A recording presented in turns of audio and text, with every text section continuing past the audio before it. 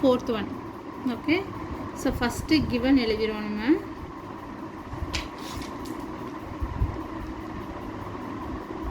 given எழுதி question எழுதி x squared minus x 1/8 equal to 0.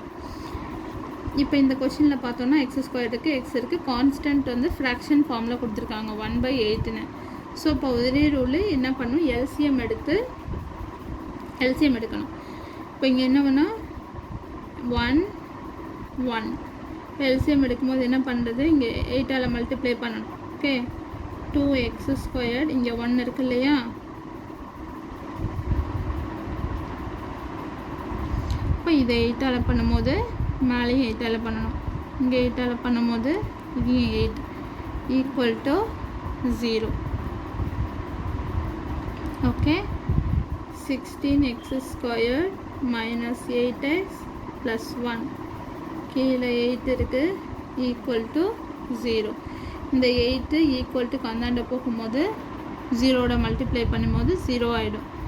So 16x² minus 8x plus 1 equal to 0.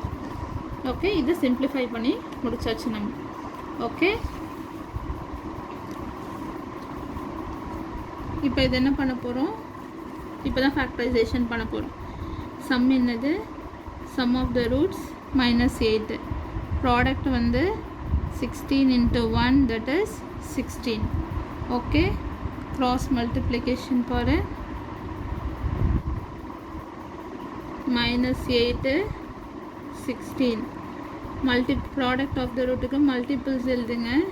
என்னென்ன வரும்னா 8 2s are 16, 4 4s are 16, அப்புறம் 1 16 16. வேறு எந்த டேபிள்லேயும் வராது.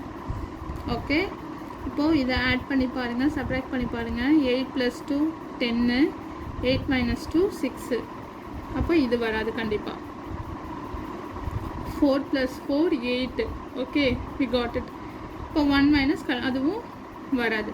இப்போ 4 + 4 இங்கே -8 வரணும். அப்போ பிகர் நம்பர்னால் ரெண்டு சேம் நம்பர் இருக்குது, அப்போ ரெண்டுத்துலேயும் -8 இருந்தால் தான் நமக்கு -8 வரும். -4 + -4 is -8. 4 4s are +16. ஸோ -4 -4 நம்ம நம்பர்ஸ் கண்டுபிடிச்சாச்சு.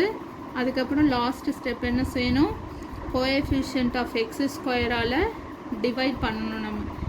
Divided by 16 divided by 16.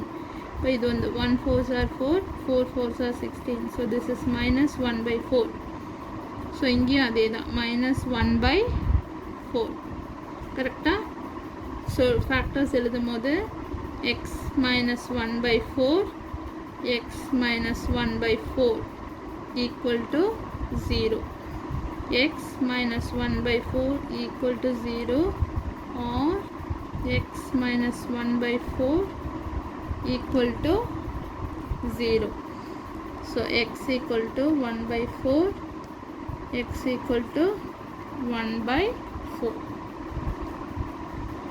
Hence the roots are 1/4, 1/4.